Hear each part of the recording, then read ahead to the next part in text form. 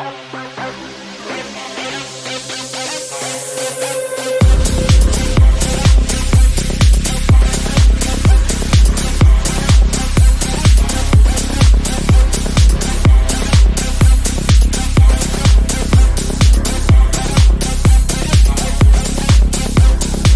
is Clint Howard, and you're listening to the Movie Raid Show. It's time for the Movie Raid. Tonight's victim is actor Clint Howard, that has been in so many films and television shows such as Grand Theft Auto, The Ice Cream Man. Hello. Well, hello, Mike.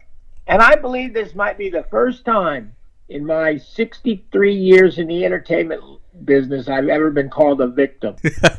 Well, now it's always good to have change, right? And also, happy early Halloween. Yes, it is. Halloween's always a wonderful time. I enjoy it. I love the fall. You know, I've got fond memories growing up, trick-or-treating, and I got thought, you know, it's going to football games and this and that. So, yeah, looking forward to another splendid Halloween. Now, do we have any upcoming events or any projects that you are allowed to talk about, any shows or anything that you might be working on, or just any side projects outside of that you'd like to share real quick? Well, yeah. Listen, as an actor, I just finished working on a couple of projects here in the summer. One was called Unarmed, and it was an anti-gun movie, little small independent film that was shot in Chicago. A fellow named Carmelo was the director, and he did a bang-up job, and I had a great time. I played a gun runner. I was not the hero. I was the villain. And it was a fun part to play. I enjoyed it. Looking forward to seeing it come out. And another movie that I worked on that I'm also excited about was called Buddy, fantasy horror movie about a television character like a Barney character, except this character, Buddy, is a unicorn. But the fact is Bunny is not just a guy in a costume. Buddy does really exist, and he's evil. They have a great cast of kids. There's a couple of strong adults in the picture, and I'm looking forward. I was very surprised. I was very surprised by the quality of Buddy. So got that going. And then also one more thing, too. My wife, Kat, and Norman Apstein and I are in the middle of developing another Ice Cream Man. And that is not a sequel, not part two, not a remake. It is a movie about another Ice Cream Man. I was in Ice Cream Man in 1994, and now I'm playing another Ice Cream Man. I know this is a little bit of a hot issue, and I'm not trying to make this a big deal or anything like that, but as we continue every month or into the years ahead, where it's going to be more and more talked about. So as we continue, technology such as the AI, that's a huge thing now. Do you feel that AI is more of an issue than a concern when it comes to studios utilizing an artist like the image and investing it? Do you feel like it also kind of alters the change quality of character as well, the actor's character? Personally, I feel like that a machine can't replicate the human emotion. I don't believe that animation really truly can bring an audience into that realm of empathy and sympathy and where you're rooting for them. Listen, there's a place for all the tools, Mike. You know, listen, they started replacing people's dialogue a long, long time ago. And they did rear screen projection where they were able to shoot film actors in one location, and yet it looked like they were driving down a road. So anyway, they've been using tools for a long time. Would hope that the tools get good. Extras, pretty easy to kind of artificially animate extras. I've been involved in movies. They animate thousands of extras. So anyway, it's happening. I'm embracing it. I'm in the business of entertaining people. And if people can be entertained, then they're going to spend their money to pay for that entertainment, and it's a good thing. Do you feel that later on that maybe studios might actually use AI as in money's going to go to the AI and actually might even cut costs to have actors, but actually utilizing the money for the AI and kind of like putting the money back into their own films? Do you feel like that's going to happen? Like eventually, actors will get less money in the future? Probably. The people that invest in entertainment are going to put their investment dollars. AI is going to become a participant. You can write a screenplay using AI. You can do a lot using AI. It's certainly going to change things. And listen, I'm not an expert at all, Mike, but there's a word that seems to keep ringing in my head, and it's called exponential. Things are moving pretty fast in the world of computer development, computer science. not just multiplying, it's multiplying exponentially. So advancements are coming very fast. And I'm actually looking forward to it. Another thing, too, I started working in the early 60s. I was a young child, and I've had a wonderful career. I was a toddler, and then I was just a young boy, and then I was a teenager. In the 70s, I became a man, and I worked in a lot of interesting movies through the 80s and the 90s and into the 2000s. And, I'm certainly glad that my time was when my time happened. I would not be too anxious to be an actor in 2025, starting out. I would be very hesitant to be confident as an 18-year-old man. Even though that everything is evolving today, and some things are still, to a degree similar or the same, but do you feel today's industry, they're actually refurbishing like almost its own model to fit studios' own convenience, such as being more digital and marketing and all that stuff, rather than focusing on fixing long-standing issues with actors that are working today? I will tell you that I've been around long enough to see the business change pretty dramatically. And it's not just with AI. Probably about 20 years ago, I started noticing the content of movies sort of shift from the creative folks to the publicity departments and to the sales departments. I actually know of a case where two very reputable writers were hired to write a movie, but yet the movie came from the advertising department. The advertising department literally had built a poster for this movie and had built the tagline for the movie. So they knew what they wanted at the end of the day, and then they asked a couple of very creative people that have done miraculous work, people that have been nominated for Academy Awards for original screenplays. They hired them to do what the sales department wanted. And that was long before computers were getting into it. That was just the business evolving. Now, you being a character actor for so many years and so many different areas. One is often, usually hired for a specific type, obviously, and sometimes stereotyped.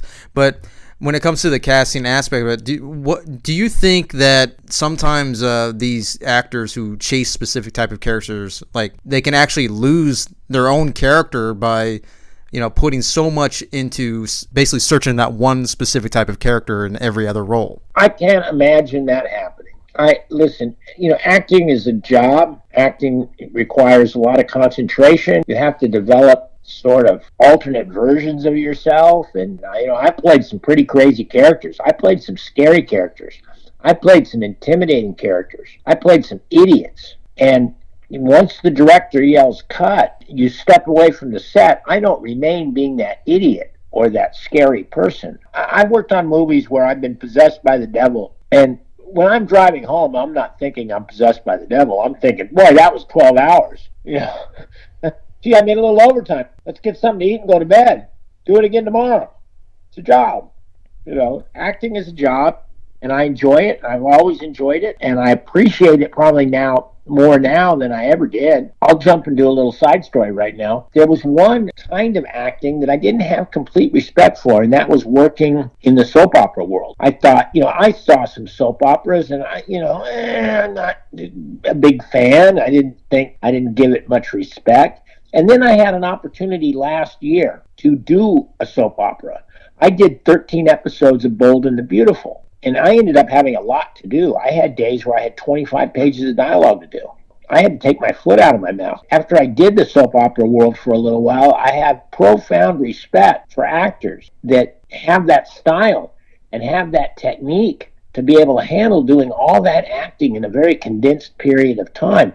Some of it ain't the greatest, but still, it's acting. I have a lot of respect for these guys, and I felt like that my turn on Bold and the Beautiful, I played a character named Tom Starr, and he had a wonderful art. It was a fun thing to do, and I enjoyed Sean Kanan as a friend of our family's. He's a wonderful dude. He was on the show. In fact, he was the reason why I got on Bold and the Beautiful, was Sean Kanan.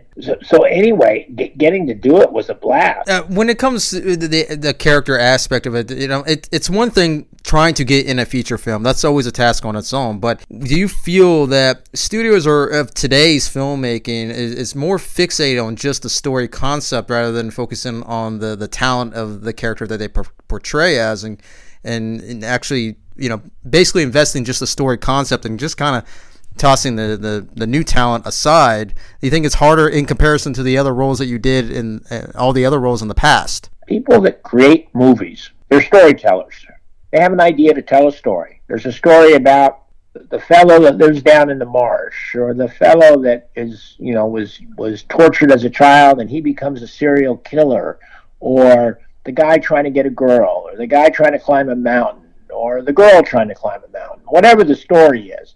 And that director and the screenwriter end up having the job of telling that story using tools like the camera, like music, and like actors to fill the roles of the characters that are in that story. I've been very fortunate that I'm a character actor. You mentioned the character actor term a little while ago. I did a character role in 1966 when I was 7 years old because I played a 600-year-old alien in an episode of Star Trek, the Corbomite Maneuver. I mean, here I was a 7-year-old boy playing an alien. So yeah, I was a very young character actor, and I've continued being a character actor. And we also have these very, very big mega studios and corporations actually just, buying up even existing bigger corporations and studios and whatnot. Do you feel that if today that they're, buying everything else, do you think that might affect a little bit to the actors? Like, they're wanting to change this or that or cancel this or that. I mean, to a degree,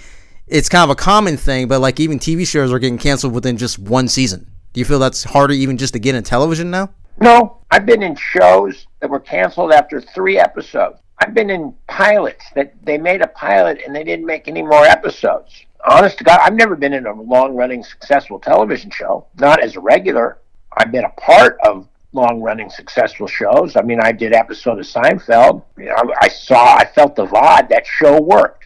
Those storytellers were really good on Seinfeld. They were good storytellers, and they had humor, and they continued. I've also worked on a lot of shows that they did 7 episodes, and it got canceled. Science fiction television show called Space Rangers back in like 1992, and CBS. It was a big deal. They built a lot of sets, and they started doing this sci-fi show, and they couldn't get an audience. Or actually, they did get an audience. At first, people showed up.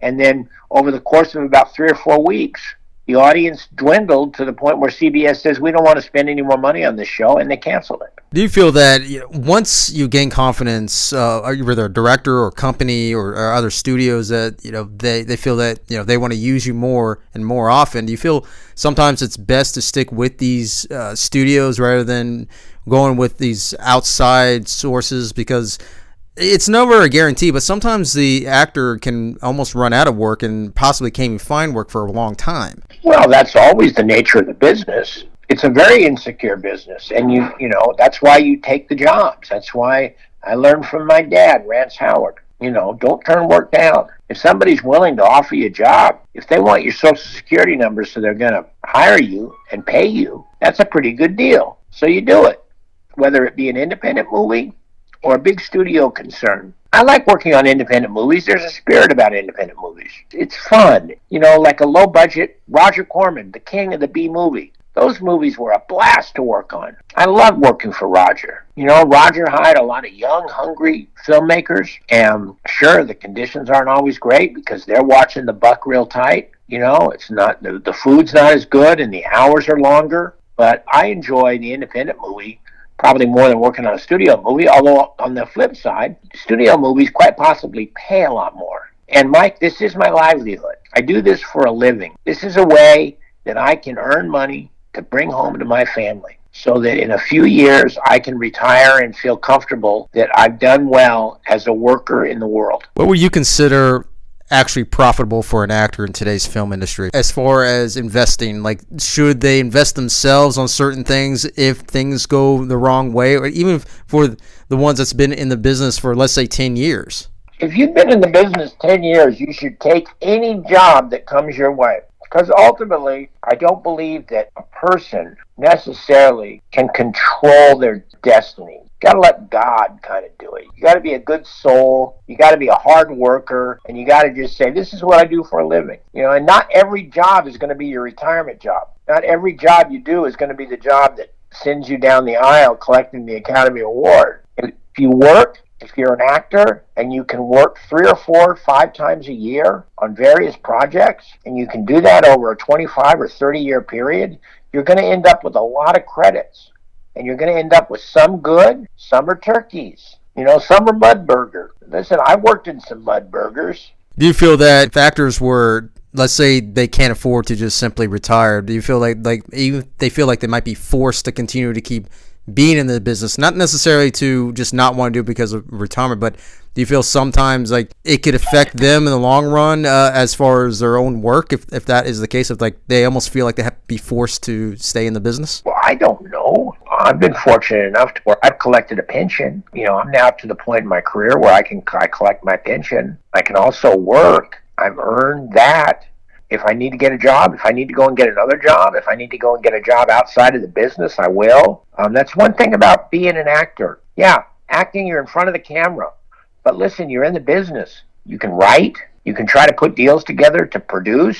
You can get involved at various levels. There's lots of jobs in the entertainment business. When young people ask me about getting into the business, I say it's really hard. No guarantees. If you think you can get into the business in a couple of years, that's foolish. You got to put yourself on a long-term plan. And you also have to understand that you may end up being a wardrobe person, cameraman, a set builder. If I'm not mistaken, Harrison Ford started out being a carpenter. There's Tom Hanks, went to college. He wasn't interested in acting. Tom Hanks wanted to be behind the scenes in theater. He wanted to be a set builder. And when he got to college and he found out that he had an aptitude for acting, then he changed his mind. When he was 12 years old, Tom Hanks was not dreaming of being a thespian. Now, when it comes to like between contractual or just being hired, I mean, what advice would you give to that? Like when taking a long-term contract or short-term contract, do you feel like it's kind of like a double-edged sword depending on the actual project or even television show? That's with any job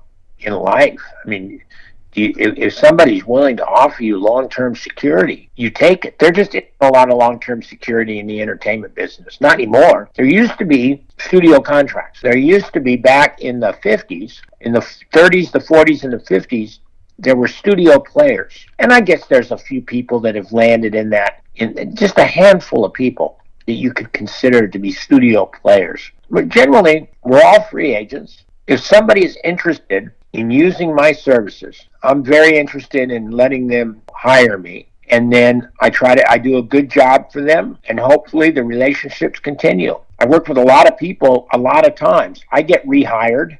People like me. I'm obviously, as a child and as a young actor, I had insecurities because if the phone doesn't ring for, a couple of months, you start to think, man, what's happening? But over the course of time, I realized that, well, no, I work every year. I work. If I just keep my nose to the grindstone, I work, and at the end of the year, it's good.